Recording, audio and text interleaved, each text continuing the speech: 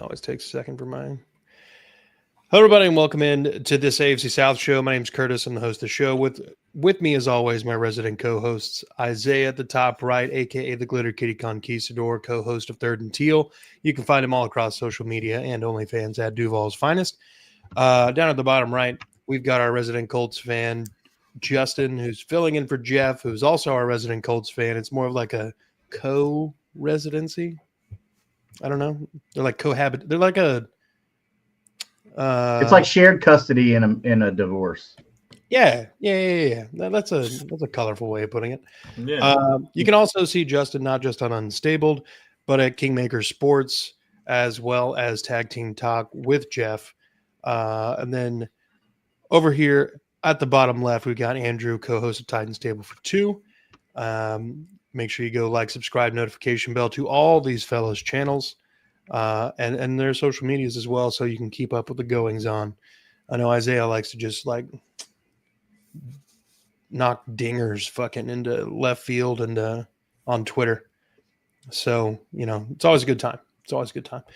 But with that being said, gentlemen, we had 3 games. The Texans were on a bye, so not a lot of action going on in Houston. It's just a lot of kind of watching, kind of scoping the field. So Justin's gotta get out of here a little earlier tonight. He's got Kingmaker Sports coming up at 9:30. So we're gonna go ahead and get the Colts stuff going. Justin, the Colts hung on and when won in a situation where they were down how many secondary members and still. Oh God, it just seems, and we just lost Mike Hilton up to IR, so it's just a continuing thing. One of the crazy things, though, is before the game even started, we lost Charvarius Ward. He got hurt in warm-ups. So Charvarius Ward got hurt in warm-ups. And then Anthony Richardson, who wasn't going to play a big part in the game anyway, but he got hurt in warm-ups with like an eye, like orbital fracture. Yeah. With his they're saying it's from his warm-up band, like the band or something. That must be a serious like rubber band that he's dealing with to pop him in the eye and put him on injured reserve. So he must squat more than Jalen Hurts because that's a pretty tough band there. He must, but it was yeah. So starting off, it was already rough, dude. Like with being down hurt in the secondary, so much so that we even had to use Ashton Doolin as a pass rusher one time. I don't know if y'all saw that or not. We had Ashton Doolin doing this little come around the edge, not his edge, but he came around the defensive line and tried to come around the other side. Using that 4.4 speed, but I don't think it's the last time we'll see that. But this is the kind of stuff that Lou Anarumo is doing that these guys are really, really enjoying. That was part of the stuff that we talked about. That Jeff and I talked about with JJ Stankovich last week, was that this is the stuff that the guys are loving. They're loving the fact they're not just having to play their position; they're getting to be athletes and play all over the field on defense. So that's pretty cool to see. With Kyler, this was a game where Kyler Murray was out. All right, he wasn't going to be playing. So the little people, I can't say midget, oops, was running around with the football, just looking like a child. Kyler Murray's not a good quarterback, man. I'm sorry, he's not a very good passer of the ball. I don't think so. That's my opinion. Whatever. Jacoby Brissett actually got the start here, which. I mean, I called from the get-go. Like, I think they're going to pass more with Jacoby Brissett because he's a better passer. He's not worth a darn scrambling like Kyler Murray is, but as far as passing the football like a quarterback is supposed to do, he's good at it. So much so that he had 320 passing yards. So I didn't think that he was going to be a problem, that he was going to be that big of a problem, but he was. The Cardinals actually kept it a close game the whole game. I mean, this was a nail biter. If you wanted to watch a good game that was a nail biter, this was a game to watch, I believe. At running back, the Cardinals, they were trying to figure it out, just like the Colts are in secondary. I mean, they were playing Michael Carter, Bam Knight. I mean, Bam Knight kind of did what he could, but on the ground, they didn't really do crap. They only got 88 yards on the ground. So the defense held pretty good. I do got to give shout out to the defense because there's a lot of times where this broken defense could have let the game slip away. But, man, they stepped up in a big way. But as far as the Colts side goes, there's another Jonathan Taylor day. Man, I mean, this is just the regular thing that people are used to seeing. You know, everybody kind of was low on him after last year, you know, but Anthony Richardson was struggling too. Like the whole team was pretty much struggling last year. But man, Jonathan Taylor, like if you're betting money on Jonathan Taylor over like I don't know 75 yards, 100 yards, whatever like that, you're looking pretty good every week. Man, he had 21 carries, 123 yards, and he had a touchdown. But he's still getting it done through the air. He caught all 4 of his targets. He didn't get a lot of yards. He only got 14 yards on it, but still, like he's getting targeted, and that's a big deal because as we see with Jonathan Taylor, any of those can just be broke wide open. So Daniel Jones still doing really well. He's still managing the game very well. He didn't throw for a bunch of yards, but he hasn't been doing that all year, which is not what we're asking him to do. He only threw for 212 yards, but he completed 22 of 30, which is really good. So that's what you want out of your quarterback, to also throw 2 touchdowns. And he only took 1 sack for 7 yards. Man, I know he threw an interception, but dude, this is really good quarterback play from Daniel Jones. Bijan or Jonathan Taylor? Oh, brother, that's a tough one. I mean, that's 1A and 1B right there. But I think if I'm taking a franchise right now, like I'm probably going to go Bijan. But just because he's younger. But Tyler Warren still doing Tyler Warren stuff, man. I mean, it's him and Emeka Egbuka are battling it out right now for offensive rookie of the year. I think Egbuka. Yeah, Emeka Egbuka still has the edge, I think, but Tyler Warren, dude, they're just using this guy everywhere, just the way they should with such a premier athlete like that, so versatile. I mean, Josh Downs, I'm liking to see Josh Downs get more targets, more involved in the offense. But this just goes to show, like, if you're looking at your targets, yes, Tyler Warren had 9 targets, like, so he was the like facto target leader. The next one was 7 targets with Josh Downs, but you're seeing the receptions, the targets, and everything are pretty even across the board. So they didn't do anything fancy, anything special here, but I to get the job done. But the defense secondary is, man, just more and more banged up every week. So they're definitely going to have to bring in some other talent. I mean, I don't think we're going to be able to wait till the trade deadline to bring in some secondary help. But hard-fought win. But, hey, Colts are 5-1. I think PFF has them power ranked at like number 4 in the league right now. They're looking pretty good. I'm happy riding the blue wave, man. Like I didn't expect us to have this much success. So every week is a blessing right now. I'm just enjoying it. I put that in the group chat there, Brandon, CJ Gardner-Johnson. But I mean, Curtis, isn't he supposed to be like pretty toxic though? Like I don't know if a team that's rolling like this wants that kind of toxicity in the locker room, man. Yeah, but you guys signed Xavier Howard. That clearly doesn't matter. Yeah, that's fair. That's fair. Sorry. I had to give me a little sip of a little W-dub, man. I'm poached. But yeah, man. I don't know. What do y'all think about this game? Like, I thought it was a pretty good game overall. I don't know what I was expecting. Let's take a gander here at the predictions. So I had Indianapolis winning 23-20. Isaiah and Trevor went for the fucking ridiculous pick of 36-19 Arizona, and then Jeff chimed in the group chat, I think, with 28-20 Indianapolis. With the line, like anybody who bet the spread on that game was a fucking genius, because the line was 9.5 in favor of the Colts. I mean, yeah, I really didn't expect the Cardinals to keep it that close. I didn't either. But I mean, nobody did, dude. With the secondary, I understand it. But like, with Kyler Murray being out, I didn't expect Brissett to come in and do that. Yeah. But yeah, that was I don't know, man. Colts got to figure it out in the secondary, but damn, I mean, that offense. My thing about it is though, is like their defenses look pretty good, like at least decent the past couple of years. Like their offense hasn't really changed that much outside of Tyler Warren. Like I don't understand why it took them. This is Steichen's 3rd season there, is it? Steichen 3, 4. 4, 3, I think. Yeah. Like I feel like you could get something at least halfway serviceable out of Richardson if they were letting Taylor touch the ball 20 times a game. Like I feel like the past 2 years they just haven't really done it. Like I feel like that was the key to success. They've had it in the building the whole time. But I definitely think that Daniel Jones is doing way better than what Richardson is and would have been. But I'm just saying, like, I feel like they really, for some reason, shied away from it. But Jonathan Taylor's getting his touches, and he's showing us why he's always been a top 3 back in the league since he came into the league. I mean, he's really good. Yeah, I think there's people not being afraid of Anthony Richardson, so you can just load the box. So yeah, I mean, at a certain point, they did show him like, hey, this guy's garbage. Definitely with that secondary, I would definitely feel lucky that Harrison got hurt early in that game and wasn't able to return because Zay Jones and Trey McBride and Michael Wilson were having good days, and nobody with Trey McBride out of that group really sparks fear for sure. Yeah.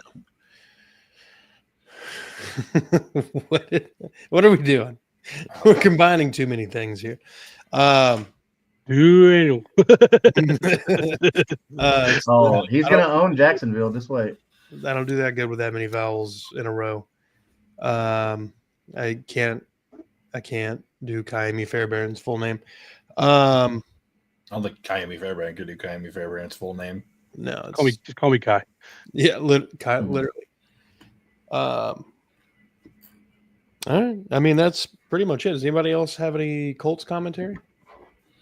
Nope. No, because I think I got it figured out. It's going to be interesting to see kind of how this Jacksonville Colts thing plays out as the year goes on. Yeah. I mean, what is it? The next 4 games for the Jags, you got Rams, Raiders, Texans, Chargers.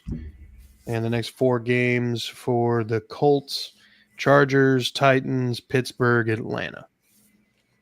And we could easily be randomly good all of a sudden. They did too. I feel like the Bills aren't that good this year. Hot garbage. Because the only teams they've beat were like the Ravens, the Jets. They'd be better if Josh Allen realized he had receivers on his team. Does he though?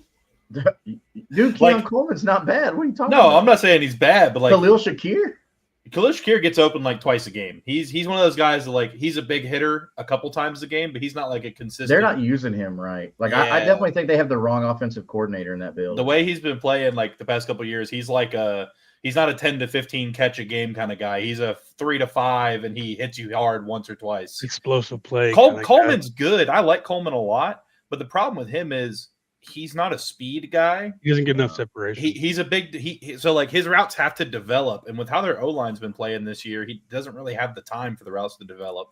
Yeah, but damn, he's good. I mean, when they can get him the ball, or like when he makes a good move, because I hate him. Well, week 1 we saw like he's dangerous if you actually get him the ball.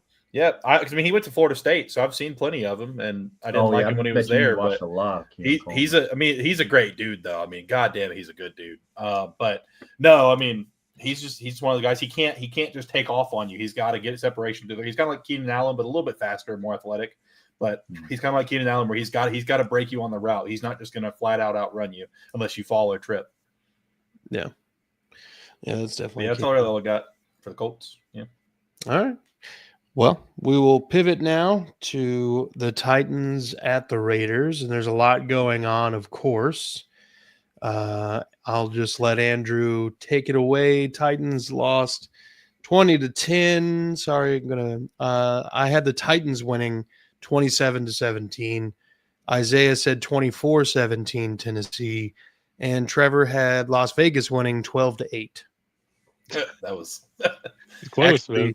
That horrible. Not a bad guess.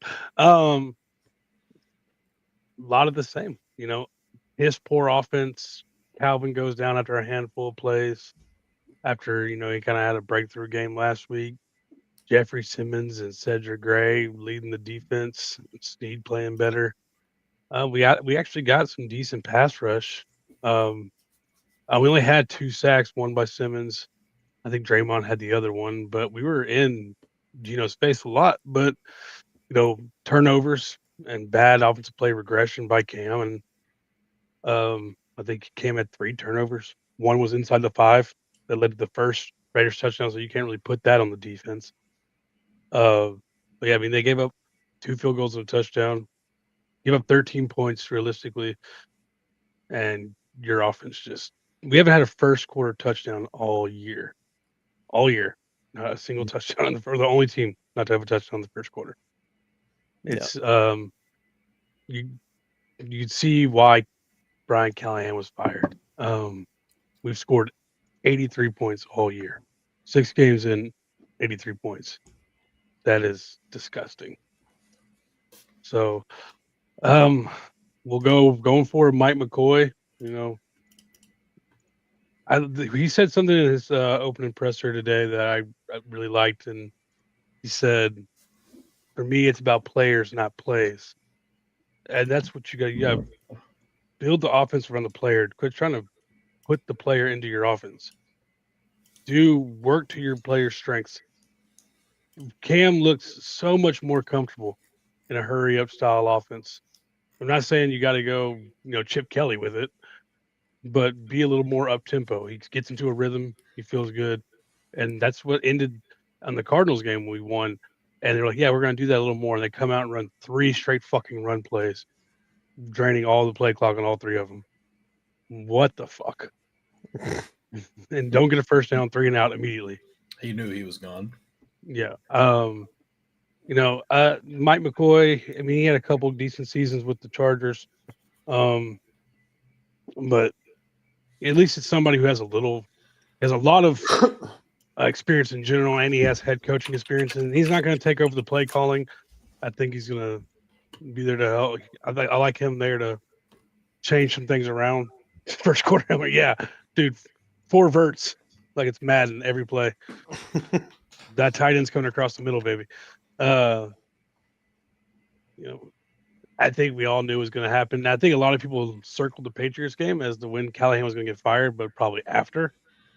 And this could be just a move to like not let Vrabel be the one to end our coaching's career next week.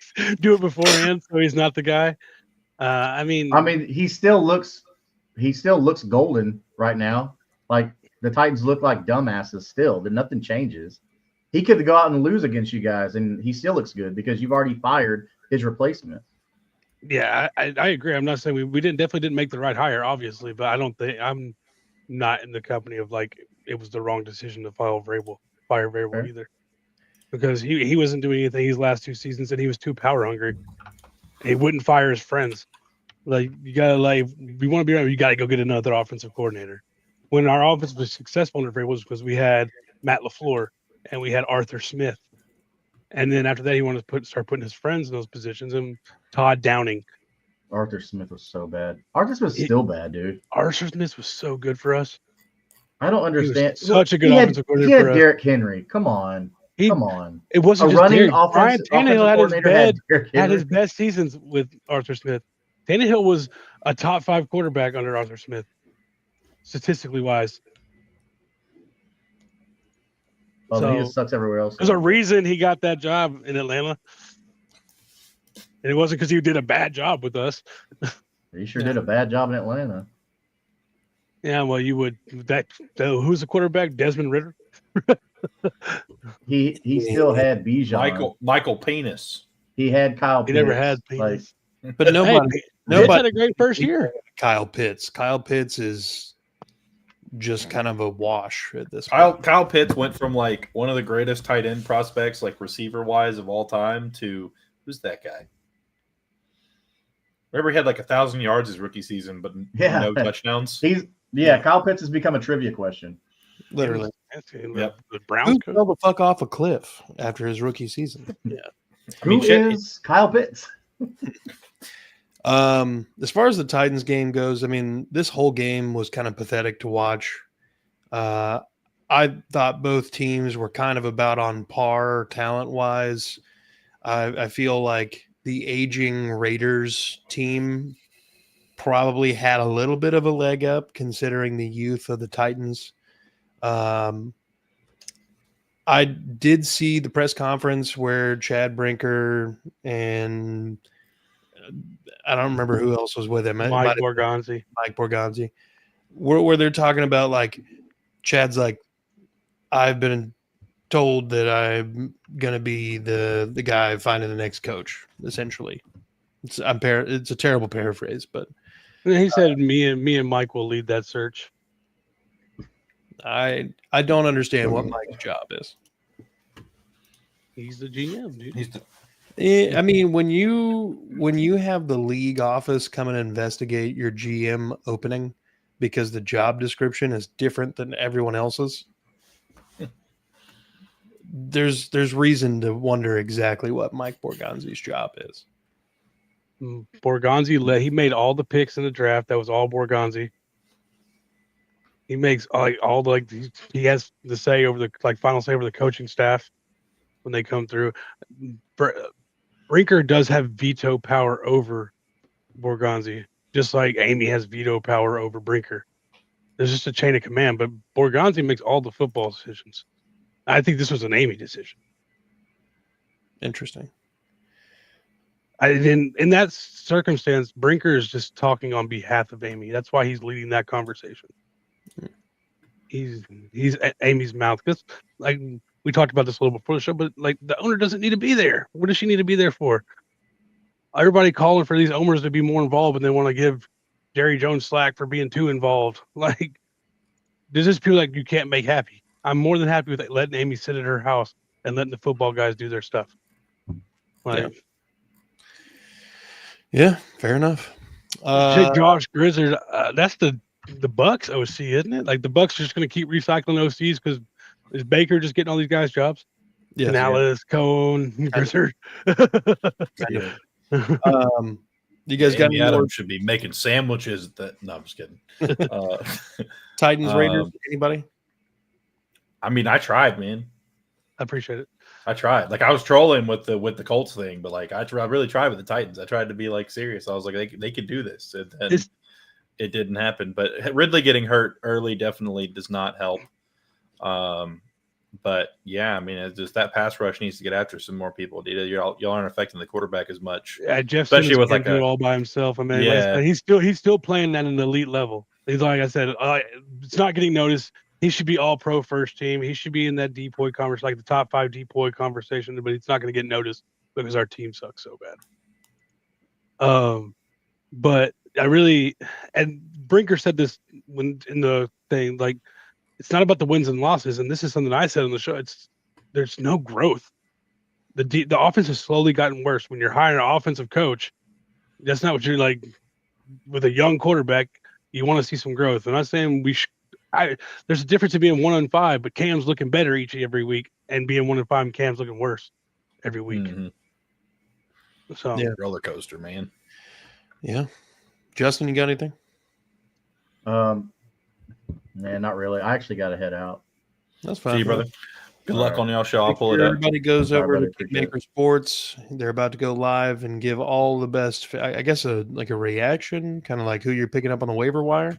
We will. So on Tuesday nights, what we do is our main thing is waiver wire ads, and then start sits, talking about what important players got injured, then who to pick up from them, like handcuffs, and then also our reaction from the previous week, and then our expectations for week 7. So we'll be going over that. Our king of the week, and then our fool's gold candidate of the week. Sorry. No, you're good. You're good. But yeah, I gotta head out. So I'll catch you fellas. Yes, later. sir. Justin, Have a go, man. you have a good night, brother. good night, Later, brother. guys. Make sure you guys go hop on over to Kingmaker Sports, like, subscribe. They're about to go live here in a little bit. I mean, But, we're live on his channel right now. So Oh shit. Well, I'm gonna remove that, I guess. Yes. Unless you got it, Kurt. I'll do it. Okay. So fantasy. Kyle Pitts, I keep picking him, he keeps letting me down. Cam came out. It's- This is it's got to be kind of a glaring thing on Callahan, who Cam came out with he did I think what's his name, Silver from whatever he does, Athletic or something, was doing a piece on the Titans last week and was kind of following Cam and stuff like that. And Cam gave himself an F grade through the season, which respectable and everything. And then he said, "If once I get to play the way I want to, the league's gonna be fucked." And it's kind of like it's a cool thing, or whatever. But it's also like, is that kind of like a backhanded thing towards? And that's not who Cam is. Never to say anything like that. He's always. If you asked him yesterday before Cali got fired, he said like Cali has the best coach in the NFL because that's just the kind of guy he is. But I'm not sure if he meant it as a backhanded compliment, like not compliment, but backhanded insult. Just an insult, like front-handed. a front-handed insult. Like I meant like an undercover insult. Yeah, no, I know what you mean. Yeah, a subliminal diss. Yeah. You should sneak dissing. Yeah, homie, sneak dissing. Maybe he's actually going to drop that album with Shadur now. Yeah. Who knows? Hold on, you get an album. You got plenty of time, Shadur. Come on. It's called Sneak Diss. It's going to be out in July. All right, so final game on the docket. Seahawks traveling to the Jaguars, and Seahawks get business done 20-12 in a very competitive game. Honestly, I thought there would be a lot more points from both teams. Yeah. I thought there was going to I was spamming the over at any occasion that I could. The predictions that we had for it, I had 34-31 Jacksonville. Isaiah said 28-17 Jacksonville. Trevor 31-21 Jacksonville. Isaiah, take it away. So I'm going to get this out of the way first, just because I don't want this to be the whole focus. I'm not blaming the refs for us losing.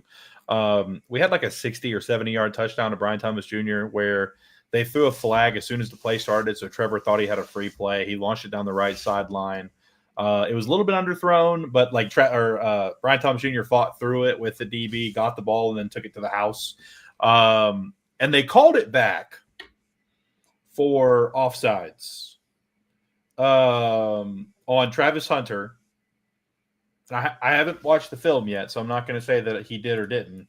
But Travis Hunter said that he checked with the sideline ref, and the ref said he was good and gave him a thumbs up and still threw the flag on him. So that's interesting. That should be looked into, I mean, it could have not happened. He could have just said that, but he seems like the kind of guy he's going to shoot you straight. But anyways, you're not going to win a lot of games when your quarterback's on the ground 7 times in the backfield. Trevor got sacked 7 times. The tackles got completely exposed this week. I mean, even just basic stunts, they just couldn't do anything. I don't know what was going on. That Seahawks D-line. I don't know if they were going in and out of consciousness and doing something. I don't know, but our tackles just couldn't handle it. They had 7 sacks. They had a bunch of hurries. I think Trevor was pressured on 15 out of 22 dropbacks or something like that. I mean, it was crazy. We just couldn't figure it out on defense. Devin Lloyd. A total of 33 pressures. Oh, so 33 pressures. That may have just been in one half, but no. So just in general, it wasn't a good day. And I'm kind of, I don't know, man. That defense did not look the same without Devin Lloyd out there. He had a calf injury. Didn't play in the second half. They held him out precautionarily, said he could go, but then now this week he's not traveling with us to Jacksonville. There it is: 33 pressures, 42 passes, 14 hits. Or to London. He's not traveling to London. No, it was. I understood exactly what you meant. Yeah, but anyway, so he's going to be staying back behind. So it could be worse than what we think, or it could just again be precautionary. And yeah, I mean, that's just one of those things. We got to win that game. We're in a position to win it. We got to just play to where nobody else can take it from us but us. And they just couldn't do that. I mean, our right and left tackle, Trevor was, Trevor, if you're watching, love you, buddy, but Trevor was bitching about Walker Little the whole time. And then I'm like, hey, but Anton fucking sucks too. He's getting his ass beat out there. And it just didn't look good. I mean, we literally had one play where Walker Little got beat around, but fucking Anton Harrison was sitting in Trevor Lawrence's lap a half a second after the play started, 7 yards in the backfield, just getting straight bull rushed. Overall, just wasn't a great game for us. Secondary didn't look amazing. Secondary didn't look terrible. We play really soft zone coverage. So they were beating us in that cover 3. And cover 4 looks a lot, just kind of on the sidelines, right between the deep man and the hook curl. So just got to do better at that. I think they need to play a little more man coverage, honestly. Greg Newsome got burnt for a touchdown on his first play. He made it look better than Tyson Campbell would have. At least he was in the zip code, but still, I mean, it kind of sucks. Your first play on the field, you line up against Jackson Smith and Jigba, and you get man coverage and just get beat over the top. But overall, we've got to play cleaner. Last week we only had 4 penalties. This week I think we had a bunch more. I know that much. I don't even know how much. I don't even want to look it up. I'm so tired of it. A lot of pre-snap penalties, illegal motion or not illegal motion. Illegal shift. That's the stupid fucking penalty. Anyways, illegal shift. Just all that shit. I think we had an illegal man downfield at one point. Just completely. Yeah, I mean, they looked bewildered the whole time. Absolutely bamboozled, befuddled, if you will. Hoodwinked. Hoodwinked. Yeah, it was bad, man. I just don't understand. Like I could have gone out there and started and at least gotten in the way. Like they weren't doing any stunts that were like all like never seen it before. Did a fucking diving barrel roll through his nutsack to get back there. Like they just fucking switched spots. Like how fucking hard is it to just go, oh, hey, good friend, he's coming your way. I'm going to take your guy now. Like, it's not fucking hard, okay? They teach you that in fucking high school. They just switch spots. They didn't do anything crazy. So hopefully the O-line coach can kind of get them figured out. Again, Liam Cohen is not happy with all the penalties and the pre-snap mistakes. 6 sacks all year and then 7. I mean, that's just crazy. Jaguars O-lines look pretty good this year. And we've had teams doing stunts. I mean, the Texans ran some stunts on us. Like we've. It's not like we haven't seen stunts. I just don't know what the Seahawks were doing. Like they had pocket sand. I don't even know what it was. But yeah, it's just a bad day for us all around. Got to be cleaner. O-line needs to figure out how to block a stunt. And overall, I mean, we just need to play harder. I guess Trevor Lawrence was playing hard out there, but he can't do it all. They couldn't run the ball either. ETN didn't have a great day, so just trying to figure it out. Yeah, watching that game, like I said, it was competitive throughout. I know Seattle got up 20-6 at one point. Mm-hmm. That was the widest margin of victory of widest margin of lead that I remember seeing. But yeah, it was 26 going into the Jags scored twice or scored first, right? Yeah. Yes, then we missed the extra point. Cam Little left 4 points out there. He's looked. I don't know what's going on with him, man. Like I don't want to give up on him and cut him. I mean, he's only like 22 years old and he has probably the biggest leg. You good? And he's back. No, I was just making sure my channel wasn't connected here. Oh, we already deleted it. We realized that as soon as you left, so we could. Okay, yep. Appreciate it, fellas. Thank you. Yep. Later. But yeah, I mean, Cam Little, man, I hate to say that I'd like to get rid of him at this point in time, just because, I mean, again, he's 22, he's got the biggest leg in the league right now, but he's got to be able to make field goals. I don't care if you can kick a 70-yarder in the preseason if you can't kick a fucking 37-yarder in the regular season. It's like it doesn't really matter at that point. Just gonna have to kind of see what we can do. They may bring in a guy for some competition, or they may just keep rolling with him. It's gonna be interesting to see. I just really don't know what to think of it right now. Yeah. This was one of the games where it kind of felt like, for most of the season for the Jaguars, it kind of felt like you would see an issue, maybe 2 issues a game. You might have an issue with the drops a lot more so, and then penalties. But it was never like everything all at once, like it kind of was with this game. It did not look like the O-line was capable. Like at a certain point, once you realize that stunts are happening, like how is the offensive line coach and the offensive line not sitting back and be like, all right, let's communicate about this. If this happens, let's adjust. I don't understand how that's not happening. The same way I didn't understand it not happening in Houston when that was just every game. I don't know. One of my very wise friends, his name's Bill. Shouts Bill. My name's not Bill. I think you met Bill. He said wise.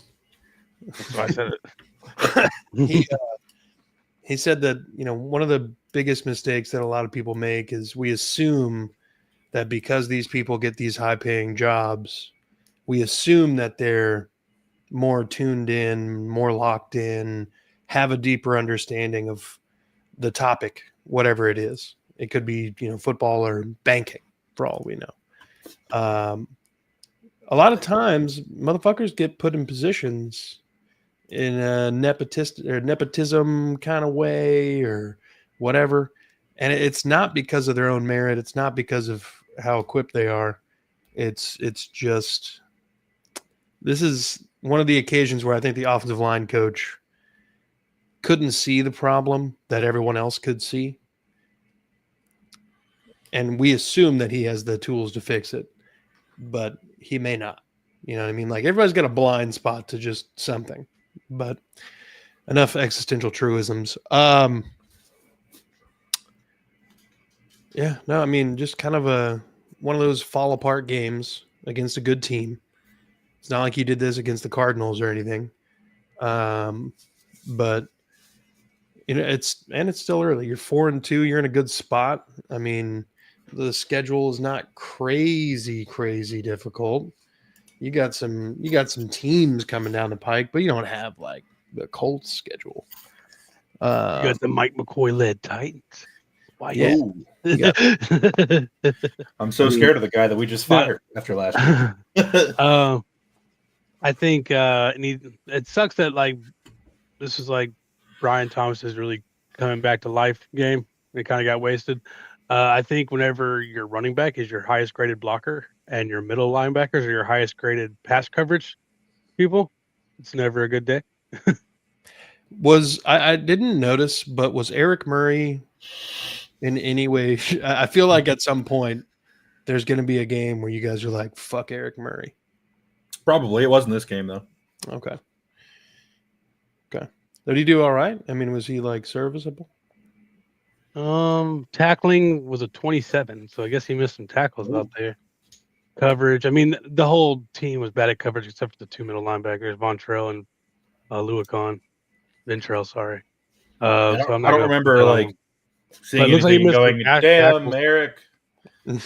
Like, I know the whole team has some tackling issues. But yeah, I mean, I don't remember anything sticking out to me like, oh my God, Eric Murray, you suck. Yeah. You have completely thrown away all that you've done this season on this one play. Yeah. But as I've said on my show and on Jags United show when I went on there the other day, there most certainly can and likely will be a game or a day where I say, damn you, Eric Murray. That's what I thought you were before you got here. But yeah, today's not that day, but I'm never going to rule that out. I don't think that some players do. They all of a sudden are amazing and they do this and they do that and whatever when they get to a new place. I don't know that Eric Murray's that guy. I think he's doing what they're asking him to do, and that's enough right now. But if he ever has to improvise, we might have an issue. Yeah. Let's see. Robert says Jags tried to get Tampa's O-line coach, but they blocked us. I think they probably would have allowed it had Liam Cohen not had the Jags had moved on from what's his nuts prior to interviewing Liam. I think if that would have happened, then Liam could have probably just brought everybody as is. That was a weird situation. Yeah, it was pretty funny. Well, all right. Like I said, Houston was on a bye week. We didn't really have shit to do except for just watch everybody. So I spent most of my time watching the Seahawks-Jags game, and then had the Colts and Cardinals game on, and was just constantly like, how are you just scoring this many points right now? You're Jacoby Brissett. This is not you. They kind of got away with the PI on Trey McBride too at the end. A hold, not PI, a hold. It should have been a hold. That's right. Texans took 2 weeks to celebrate a Ravens win and hang the banner. That's right. That's right. First time we ever beat them in Baltimore, bitches. Oh, for real? Yeah. Welcome to the club. I know, dude. It's we did that during a playoff game. I remember my first time being like, conscious, like I knew what was going on in a football game, though we beat them, was the time when they had a roughing the passer on Bortles and we kicked a field goal with 0 seconds left and won it because they fucked up. Damn. That was great. That is hilarious. 59-yard field goal with 0 seconds left because of a fucking roughing the passer. Would that have been Scobie? No. That would have been Jason Myers, I believe. Oh, shit. Man, how long has Scobie been gone? Oh, a long time. Scobie retired in 14, 13. Scobie's been gone. I think actually maybe 2012, but I think it was 14 or 13.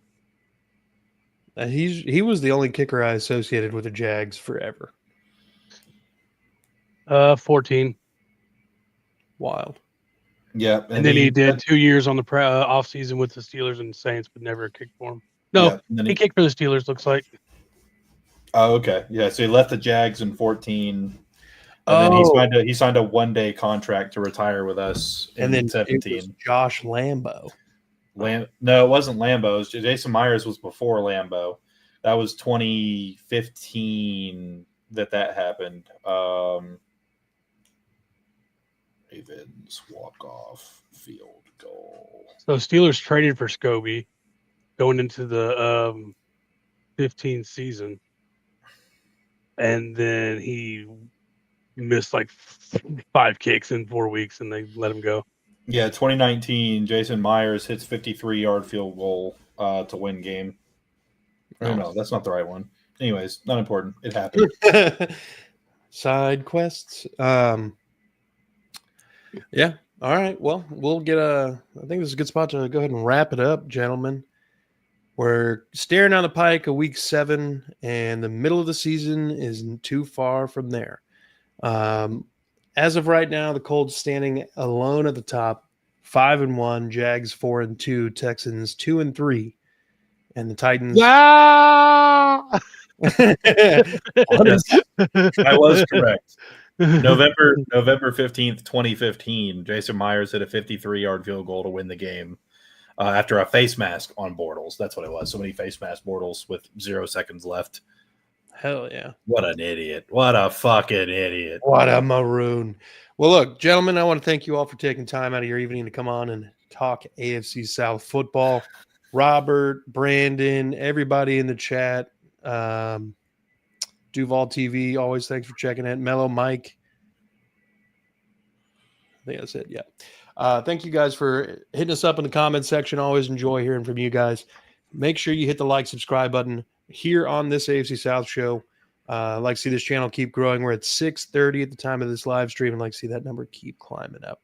Do the same thing over at Third and Teal if you're a Jaguars fan.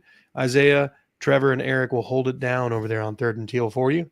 Down at the bottom, Andrew will bring all of the Titans two-tone blues to the forefront on Titans Table for Two, co-hosted with his brother and an occasional third. Make sure you go check out Unstable, Tag Team Talk, and Kingmaker Sports to support Justin and Jeff. Without any further ado, y'all have a good night. Be good people. Fuck the Cowboys and the Colts.